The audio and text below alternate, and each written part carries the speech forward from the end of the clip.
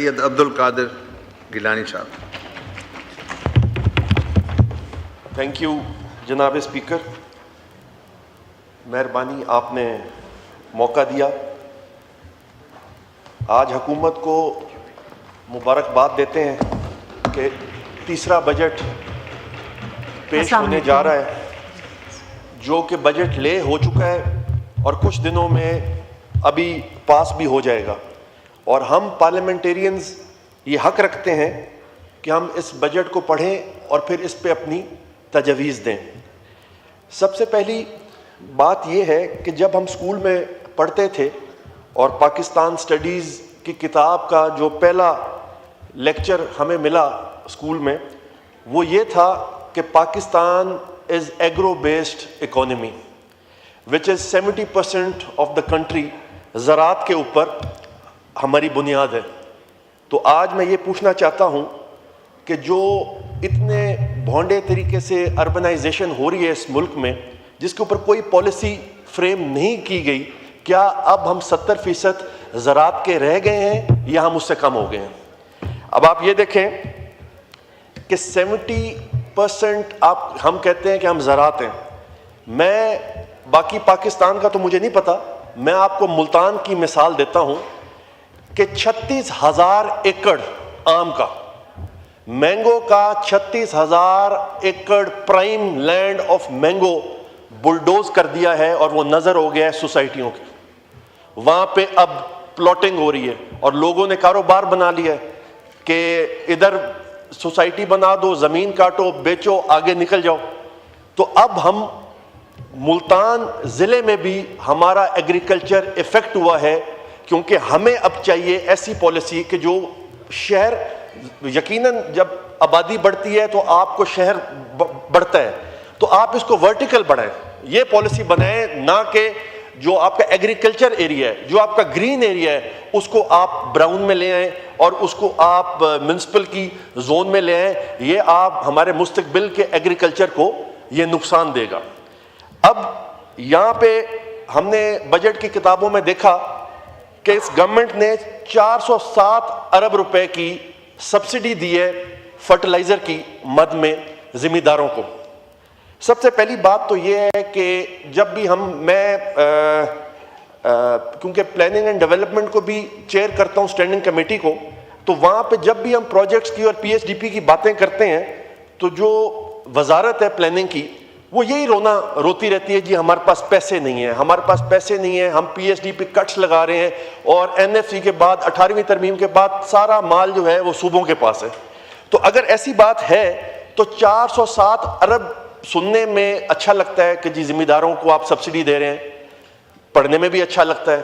جب عمل درآمد ہوگا تو اصل بات تب پتہ چلے گی. پہلی بات تو یہ ہے کہ یہ سبسڈی صوبوں کو دینی چاہیے کیونکہ ایگریکلچر از اے پروونشل سبجیکٹ. تو چلیں اگر وفاق نے دے دیا ہے، رکھ دی ہے اتنی بڑی اماؤنٹ، میں یہ چاہتا ہوں کہ یہ انشور کریں، یہ میک شور کریں کہ وہ غریب کسان جو چھوٹا ذمہ دار ہے اس تک کسی نہ کسی شکل میں یہ 407 ارب پہنچے. کیونکہ ہوتا کیا ہے کہ بہت بڑا مافیا ہے جو یہ کھاد فیکٹریاں ہیں اور جو مڈل مین ہیں.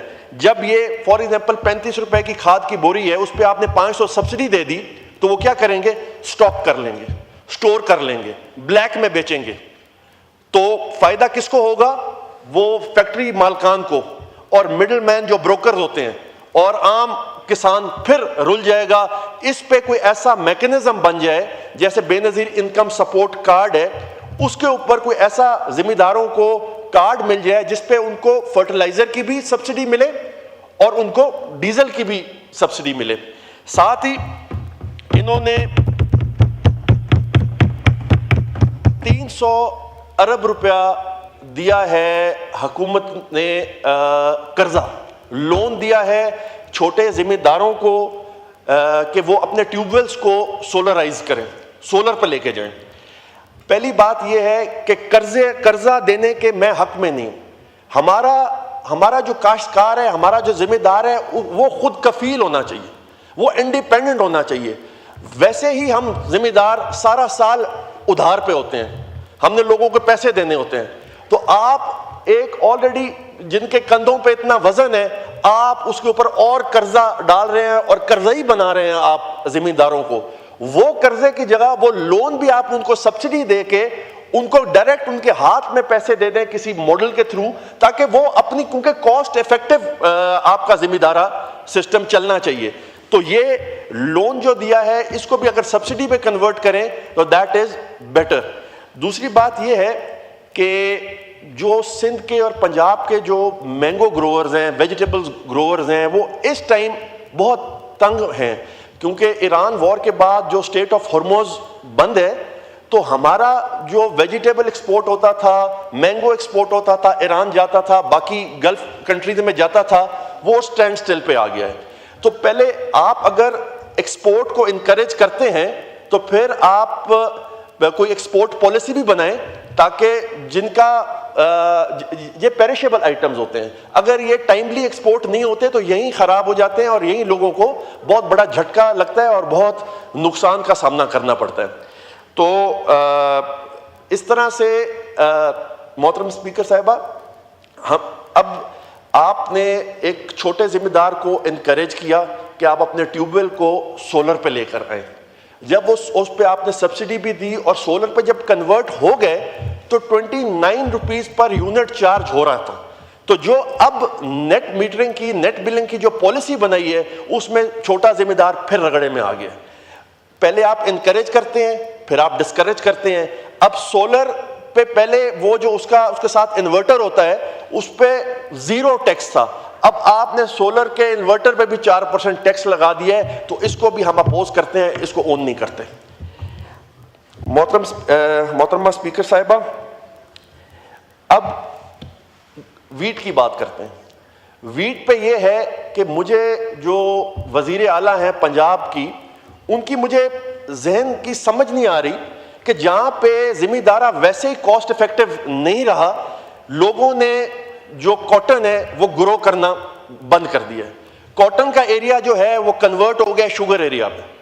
اور ابھی ایک ہی چیز ہے, ہمارا جو ملک ہے, پھر میں کہہ رہا ہوں ہم ایگریکلچر اکانومی ہے, تو ہم نہ کوئی آئی ٹی میں ایکسپرٹ ہیں, نہ ہماری کوئی ایسی انڈسٹریز ہیں کہ جس سے ہم کما رہے ہیں, نہ ہمارا کوئی ٹورزم ہے لنڈن کی طرح کہ جگہ ہماری ٹرانسپورٹ ایسی زبردست ہو کہ ہم اس سے کما رہے ہوں. ہم صرف اگاتے ہیں, ہم جو اگاتے ہیں ہم اسی پہ کماتے ہیں اور اسی پہ ہمارا ملک چلتا ہے. کاٹن پہ ڈس اپوائنٹمنٹ ہوئی ہے, لوگوں نے گرو کرنا چھوڑ دیا ہے. اب آپ نے آج سے 4 سال پہلے 4000 ریٹ تھا گندم کا, اس کو آپ نے اب اس مہنگائی کے دور میں آپ نے اس کو 3500 کر دیا ہے. جبکہ مجھے یاد ہے یوسف رضا گیلانی صاحب وزیر اعظم تھے, 2008 والا ٹائم تھا, 400 روپیہ ریٹ تھا گندم کا, اس کو 1 سال بڑھا کے 625 کیا اور اس کے بعد 900 کیا, اور ریکارڈ تھا ویٹ کا کہ ہم نے ایکسپورٹ کیا تھا ویٹ. اور اب کیا ہوگا جب یہ کاسٹ افیکٹو نہیں رہے گی تو لوگ یہ کنک اگانی بھی بند کر دیں گے. پھر کیا ہوگا, پھر ہمیں امپورٹ کریں گے, جب امپورٹ کریں گے تو فلائٹ آف کیپٹل ہوگا. تو آپ یہ ذمہ داروں کے ساتھ, جبکہ ہمارا ملک ہے ہی ذمہ داروں کے سر پہ, تو ہم ان کو انکریج کرنے کے بجائے ہم ان کو اتنا کیوں ڈسکریج کر رہے ہیں. تو یہ چیز جو ہے یہ اس پہ غور بھی کرنا چاہیے, سوچنا بھی چاہیے. اور پلس واٹر شارٹیج ویسے تو سندھ میں زیادہ ہے, پنجاب میں بھی ہے. اب اس طریقے سے ہے کہ دریائے چناب کا رخ انڈیا موڑ رہا ہے, تو ابھی ایکسٹریم ویدرز ہیں, آگے فلڈز آئیں گے, اور واٹر کی سٹوریج کے لیے کوئی پالیسی بنائے کہ ہم نے اپنا پانی بچانا کیسے. اور ہم نے جو اب کلائمیٹ چینج ہو رہا ہے, اب ہر فصل کا جو مہینہ ہے وہ بھی چینج ہوتا جائے گا, تو اس کے اوپر ہمیں پہلے پالیسی بنا لینی چاہیے. ایک ادارہ ہے پلانٹ پروٹیکشن کر کے, وہ اس کا ہیڈ آفس کراچی میں ہے, میرے خیال میں وہ آتا ہے فوڈ سیکیورٹی کے انڈر. ادھر ان کو اس محکمے کے اندر بہت زیادہ بے ضابطگیاں ہیں, irregularities ہیں. اس کو سٹریم لائن کریں, اس کو سیدھا کریں, ان کو پالیسی دیں کہ ہم نے پانی کو کیسے بچانا ہے, اور ہم نے ذمہ دار کو خوشحال, چھوٹے کسان مزدور اور ہاری کو ہم نے خوشحال کیسے کرنا ہے. دوسری بات یہ ہے, it is not my subject, لیکن یہ میرے پہ فرض ہے کہ میں جب پلاننگ اینڈ ڈیولپمنٹ کی اسٹینڈنگ کمیٹی چیئر کر رہا تھا, تو جو سٹیل ملز ہیں, سٹیل انڈسٹری ہے, وہاں سے مجھے ایک لیٹر آیا جس پہ ان کے آپ گورنمنٹ نے ایک پالیسی بنائی ہے کہ جو اسٹیل انڈسٹری ہے ان کا جو سیلز ٹیکس ہے جو گورنمنٹ لیتی ہے وہ ان کی الیکٹریسٹی کے بلز میں ڈالیں. ایک تجویز ہے کہ جی ڈائریکٹ چارج نہ کریں, جو بجلی کا بل ہے اس کے اندر آپ ہمیں ہمارا سیلز ٹیکس جو ہے وہ ہم سے وصول کریں. اب جو اسٹیل مل کے جو بڑے ہوں گے, جو بڑے اسٹیل والے ہوں گے ایک دو, انہوں نے یہ تجویز دلوا دی ہوگی, وہ آگے ہوگا.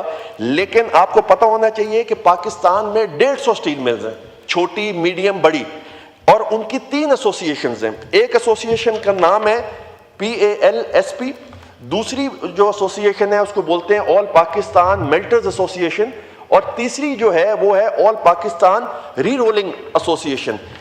یہ تینوں ایسوسیشنز کی ریزرویشن ہے کہ ہم سے مشورہ نہیں کیا گیا, ہمیں آن بورڈ نہیں لیا گیا.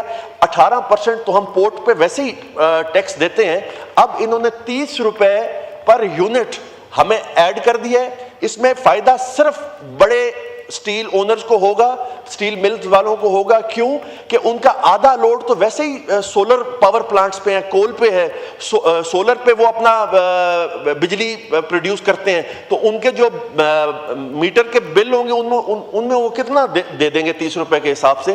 لہذا چھوٹی اس پالیسی سے آپ چھوٹے جو انڈسٹریز ہیں اسٹیل ملز والے, چھوٹے اور میڈیم, ان کو آپ ختم کر رہے ہیں. تو لہٰذا اس پہ نظر ثانی کریں, اور یہ پرانا جو طریقہ کار ہے ٹیکس کا وہ کریں. یہ نیا ایکسپیریمنٹ یا فارمولا ہمیں نہیں کرنا چاہیے, اس سے اس ملک کی اسٹیل انڈسٹری کو نقصان ہوگا. یہ بات آپ کے سامنے رکھنا میرے فرض تھا, کیونکہ یہ میری رسپانسبلٹی ہے کہ کوئی بات اگر میرے پاس آتی ہے وہ اس ہاؤس تک پہنچانا, آپ تک پہنچانا میرے فرض میں ہے. آخری بات یہ ہے کہ پہلا سال, دوسرا سال اور آج تیسرا سال, میں ایک ہی بات کرتا ہوں.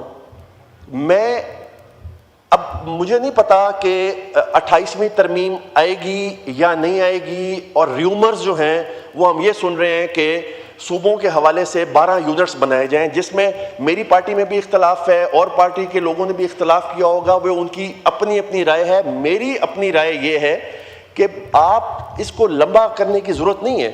جہاں سے آواز اٹھتی ہے عوام کی, خلق خدا کی, جہاں عوام کی ڈیمانڈ ہے وہ 2 جگہ سے ہے, ایک جنوبی پنجاب سے ہے اور ایک ہزارہ سے ہے.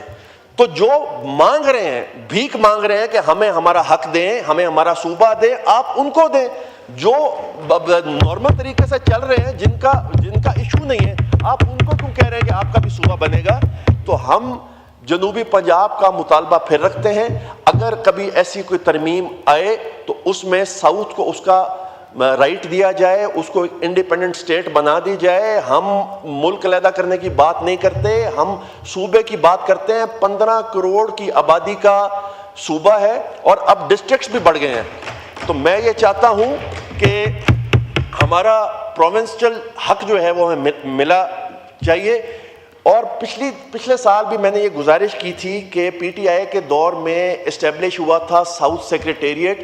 جو چھوٹے موٹے ہمارے معاملات کام ہوتے تھے, ہمیں لاہور جانے کی ضرورت نہیں پڑتی تھی, وہ ساؤتھ پنجاب کے سیکریٹریٹ میں حل ہو جاتے تھے. اب پھر انہوں نے سینٹرلائز کر دیا ہے, واپس لے کے چلے گئے ہیں لاہور میں ساری پاورز. اور ہمیں ایک چھوٹے کام کے لیے بھی, ایک غریب کو پیٹرول بھی مہنگا ہے, وہ جاتا ہے لاہور, وہاں دھکے کھاتا ہے اور پھر واپس آ جاتا ہے. تو گزارش یہ ہے حکومت وقت سے اور تمام اتحادی جماعتوں سے کہ رحم کریں, رحم کی اپیل ہے, ہمیں ہمارا حق دیں, ہمیں ہمارا صوبہ دیں. شکریہ, بہت شکریہ, بہت شکریہ. Thank you so much.